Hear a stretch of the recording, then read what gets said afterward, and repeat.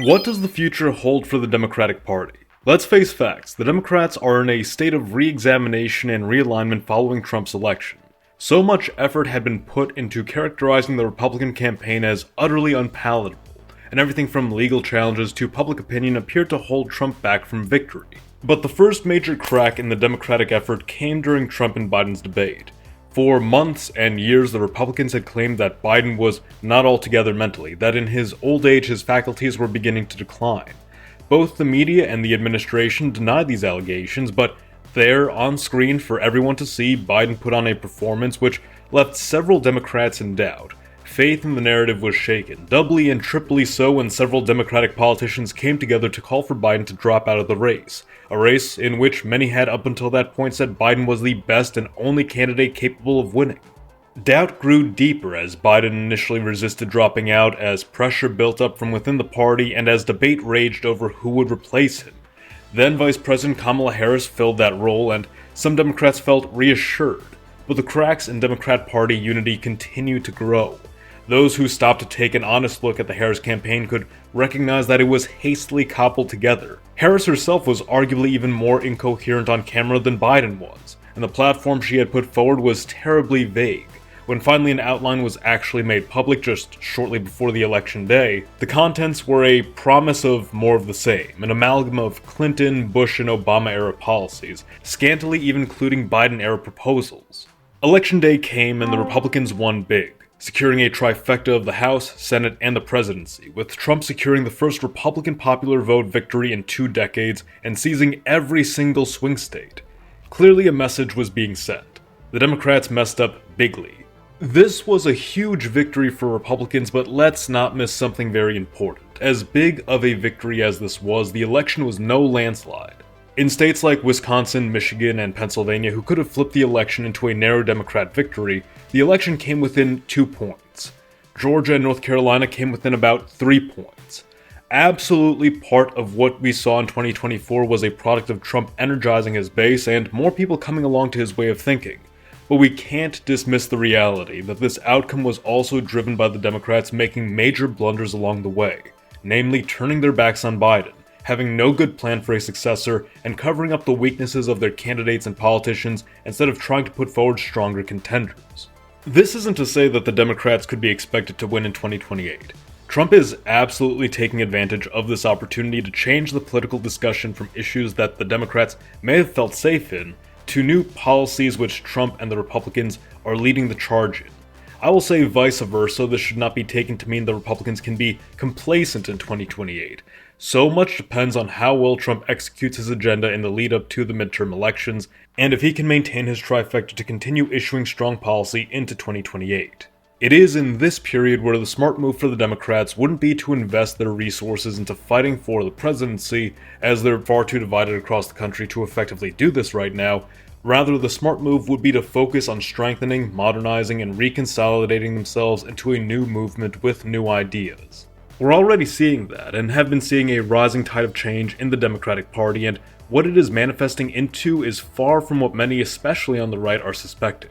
Hello audience, Mr. Z here with another video for you. If you're new to the channel, welcome. We have videos like this every week where we talk about history and politics, so be sure to subscribe, leave us a comment about what you'd like to see next, and stay tuned for more. If you'd like to join the community, we do have a public Discord server linked in the description, along with a community-made subreddit loaded with memes, charts, maps, and more. And of course, if you'd like to help support the channel directly, consider becoming a channel member or donating to us on Patreon. Having dealt with censorship and demonetization in the past, especially when covering more sensitive topics, your support really goes a long way to keeping the channel going. All members do gain access to a separate members-only Discord server where you can speak with me directly. Now, let's get back to our regularly scheduled program. At the time of making this video, there was a recent CNN poll asking Democrats who they believed best represented the values of the party. In third place, you had not a Democrat, but independent and self-proclaimed progressive Bernie Sanders. In second place, you had Kamala Harris, and in first place, you had AOC, Alexandria Ocasio-Cortez. Simultaneously, DNC Vice Chairman, the second in command of the party, David Hogg, has also at the time of making this video announced his plan to oust, quote, asleep at the wheel Democrats, while issuing his own bold statement on what he thinks Democrats get wrong about the party's ideology. Let us also consider that since Trump has taken office, we've heard stories of what are typically considered fringe or radical members of the Democratic Party supporting pieces of the Trump agenda, be it Bernie Sanders, John Fetterman, Cenk Uygur, AOC, and others, much to the chagrin of other Democrats and to the praise of Republicans. Let's examine the facts. Since the 1990s, there has been a growing faction of the Democratic Party opposed to the idea of globalization and all it entails. We only need to look back to the Battle of Seattle and the turnout this had manifested. Why? While opposition to globalization in recent years has been tied to conservative nationalism, the American left has long opposed globalization for the reality that it is a tool of big business for enriching itself, exploiting poor populations and the environment, and acts as a justification for foreign interventionism and imperialism. Blue-collar labor, college-educated liberals, activists against corporate exploitation all rallied behind this cause. But in the 1990s, you also saw the rise of third-wayers, Clintonites, neoliberals who espoused social liberalism in one hand and pro-corporate policy in the other. It was a clever way to reach across the aisle and scoop up support from those Republicans who cared about their investments and low prices, but were more flexible on matters of equality, faith, nationalism. Here springs the rise of the Neolib-Neocon alliance, sometimes referred to as the Uniparty. From here springs the reason many left-wingers suggest that America has no left-wing party but two right-wing parties, economically right-wing and socially left-wing.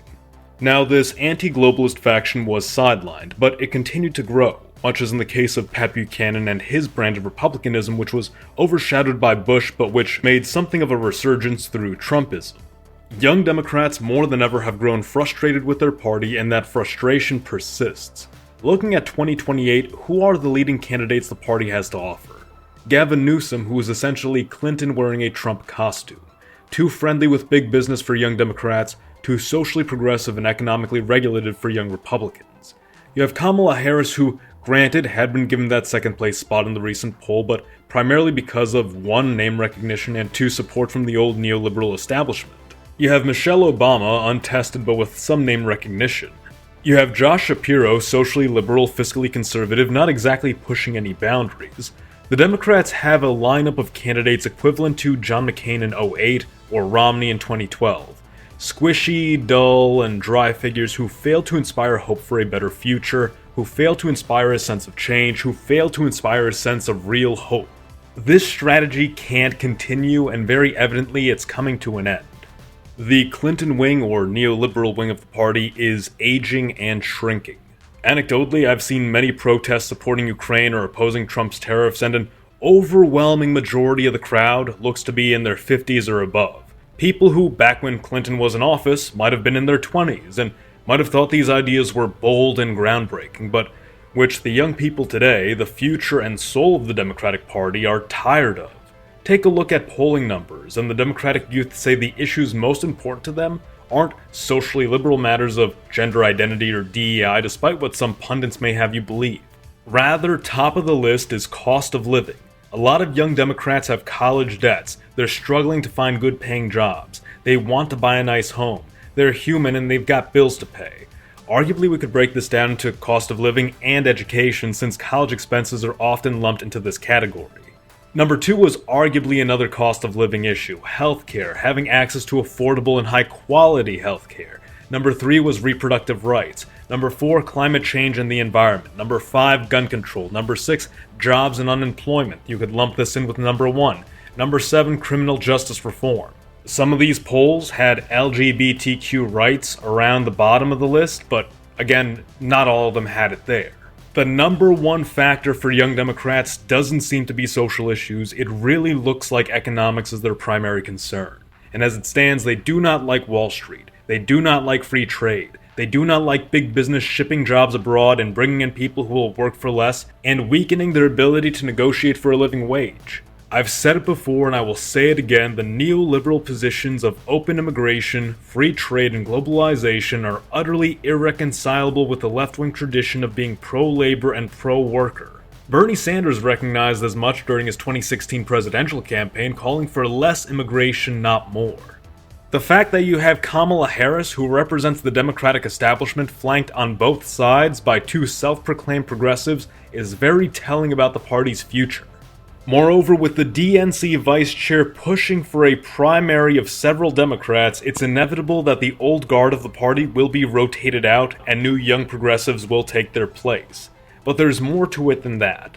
I don't believe the progressives, in their form as we understand it, will be the ultimate faction to dominate the party. Rather, I believe they're going to evolve into a faction which is even more economically left-wing and less socially liberal.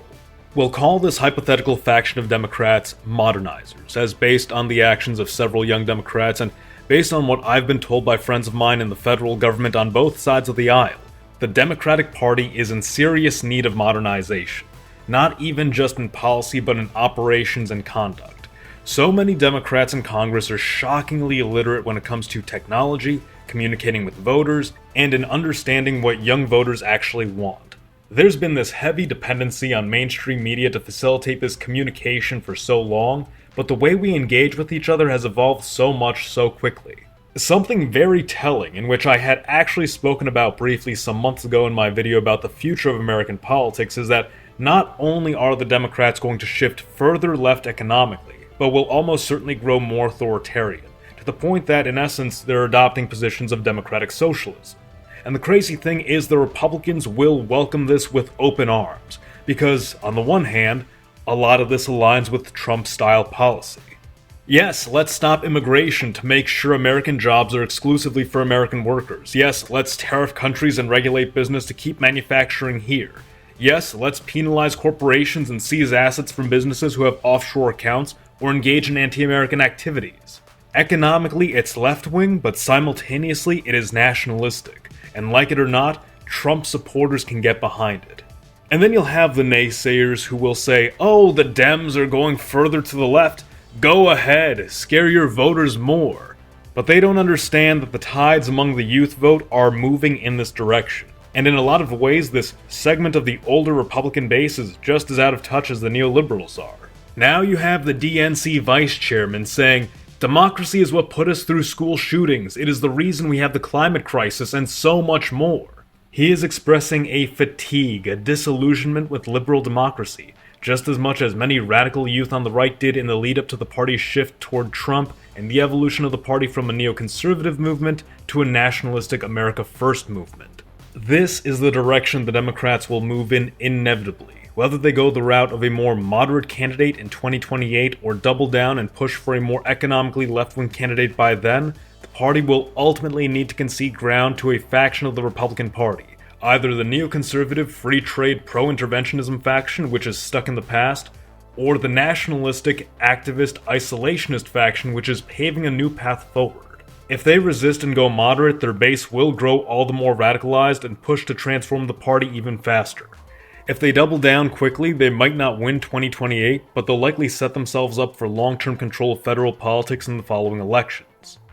The smart moves for the Democrats and what I believe we'll see adopted by the modernizer faction of the party is as follows.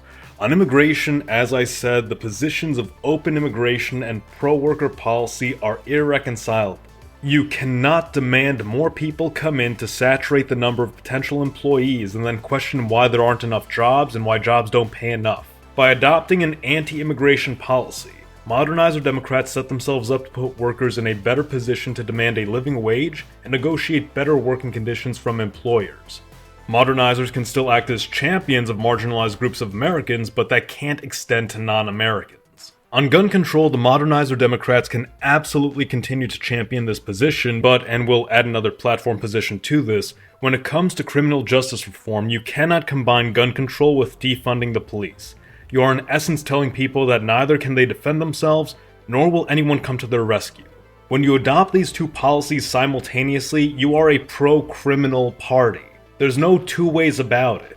If you're going to be the party of gun control, you also need to be the party that can promise law and order. As a modernizer, you can advocate reforming and modernizing law enforcement, perhaps giving them enhanced protection and more effective non-lethal options of subduing a criminal. You can advocate the modernization, especially in big cities, of surveillance technology, ways of identifying and apprehending lawbreakers. And once you have someone apprehended, don't just release them back into the world. You can push for rehabilitation instead of punishment, but that needs to be a supervised and controlled process where they're kept away from the rest of the public until they've proven they're ready to be a law-abiding member of society. This extends to providing care for the mentally ill and the drug addicted. This is a huge issue in virtually every heavily democratic state, and especially on the West Coast. It is not compassionate to enable someone to continue living on the streets and spiral further and further into addiction, or to allow their mental state to worsen to the point that they become a threat to themselves and to others. Democrats should be at the forefront of this issue, housing these individuals in facilities away from the public and giving them the opportunity again in a controlled environment to get off their addictions, to receive the proper care necessary to treat their mental illnesses, until they're able to get back on their feet, find a job, and acquire a place to live. If nothing can be done to cure them, at the very least, they'll be in a safer place for themselves and for others, where their conditions can be monitored and treated as needed. Environmentalism and climate change, by and large, still work as democratic policies, and both actually seem to have gained traction among youth voters regardless of political affiliation. The kicker really seems to be the extent to which it is pursued. You can't push for clean energy and the eradication of domestic extraction of fossil fuels if it means we become dependent on fossil fuel imports from a country like Russia. Crunch the numbers and set realistic goals for where reductions in fossil fuels can be made while still building our energy independence. Republicans are moving in favor of nuclear as a green energy source, and Democrats would be smart to capitalize on this, while pushing to improve the effectiveness of other alternative energies. Doubling down on Trump's policies like tariffs and cutting the income tax is a no-brainer. It has been a Democrat tradition almost as long as the income tax has existed that the working class already does enough to pay their due, and it's the upper class that needs to pay their fair share. If you can use tariffs to not only penalize big business for shipping away their jobs in manufacturing, but raise them to a point you're able to eliminate the income tax entirely for anyone making under, let's just say, $150,000. That would be a winning position for the Democrats to support. Polarizing as it may have been, it would also be wise for the Democrats to take a note out of the Doge handbook. As critical as you may be of Elon Musk, the idea of streamlining federal bureaucracy, trimming away government waste, and promoting efficiency has tremendous potential for Democratic use. Yes, it's heavily railed against now, but that is because first and foremost, the existing bureaucracy is saturated with and perpetuating the neoliberal establishment. Consider, if you will, Doge Plus as a tool of modernizer Democrats, cutting down waste not only to the point of eliminating the national debt, but achieving a surplus which may then be redistributed back to the American citizen in the form of a stimulus check, something of a universal basic income. Since everyone under 150K isn't paying income tax anymore, and that's coming mainly from the upper class and tariffs, you are effectively redistributing wealth by putting new money in the pockets of the working class. Based on the last surplus we had, that could be an extra $1,000 for every American adult per year. Doge does not have to be a partisan thing at all. And what about housing and infrastructure? Borrowing from something both Trump and Biden had proposed. Give us public works and infrastructure that boosts quality of life and that we can be proud of. Housing again goes hand in hand with the immigration issue. You can't keep bringing in more people and asking why there's not enough housing for every American and why rents are so high. You cut immigration. You put more federal resources into building homes, roads, stronger electrical and communication systems, into beautifying cities, where most of the Democratic population lives. There's no excuse for cities to be as dirty and as run down as they are. You want to show people how well you can run the country, turn your cities into places that Americans want to move to. Make them beautiful, make them safe, make them modern marvels of technology, construction, and urban planning. Hand in hand with that, sort out what you really want to do with federal funds. Would you rather put government money toward free college and universal healthcare here in America? Or send it abroad to go fund drag shows in Ecuador, fighting in Ukraine, and diversity training in Pakistan? There are so many problems to solve here, we don't need to take responsibility for the problems of other countries. With technology becoming what it is, there's real opportunity to revolutionize how education is conducted and make it more accessible than ever before. But the Democrats need to get ahead of this while they can if they want to stay relevant, because guess what? Trump was talking about free online college courses throughout his entire campaign trail. And if he monopolizes this before the Democrats can, that's going to be a huge embarrassment for them. Final big issue the Democrats would be smart to focus on, because really they would have a monopoly over it, is reproductive freedom. Whether it means access to contraceptives, abortion, or treatments like IVF, this is a matter which Republicans are hesitant to, if not outright opposed to touching, because of the strong pro-life positions of the party, and really, it could be one of the only key polarizing issues between Republicans and Democrats moving forward. Claims are mixed, but it does appear as though among young voters there is a lean in favor of pro-choice policy, but the caveat is where the limits are drawn. Very few young Americans appear to support restrictionless abortion, but a majority do appear to support abortion with certain limits, which could be an advantageous angle for the Democrats. Trump attempted to use this middle ground on the campaign trail, but even his support for IVF was met with extreme backlash from pro-life supporters. I think these would be the strongest issues the Democrats could campaign and focus on if they want to realistically overthrow Trump's faction of the Republican Party, and it does seem like that's the direction the Democrats are moving in. It's really just a matter of how quickly they do it. If Trump and his successor continue this style of policy with relative success, it would likely fortify support for the Republicans election after election until something ends up going wrong. But again, as the Democrats adopt more of the America First style of politics and bend them more to their own vision, the potential to unseat the Republicans grows higher and higher. But those are just my thoughts. Let me know what you think in the comments below, like the video if you enjoyed it, and subscribe for more. Mr. Z, out.